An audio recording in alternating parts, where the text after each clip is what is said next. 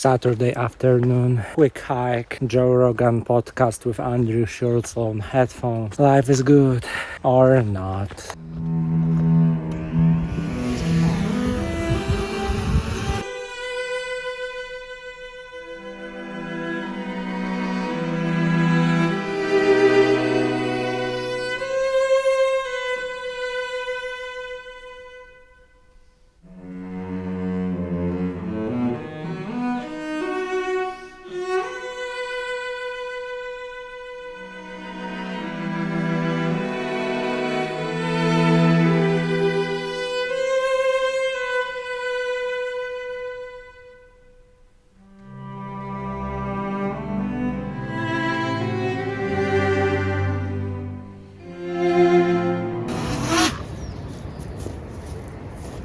Day 2 of flying a drone. It's a completely new experience.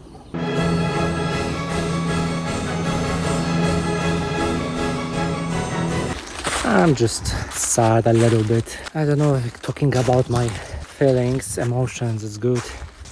I'm like into never complain, to avoid victim mentality. But I know it's my fault.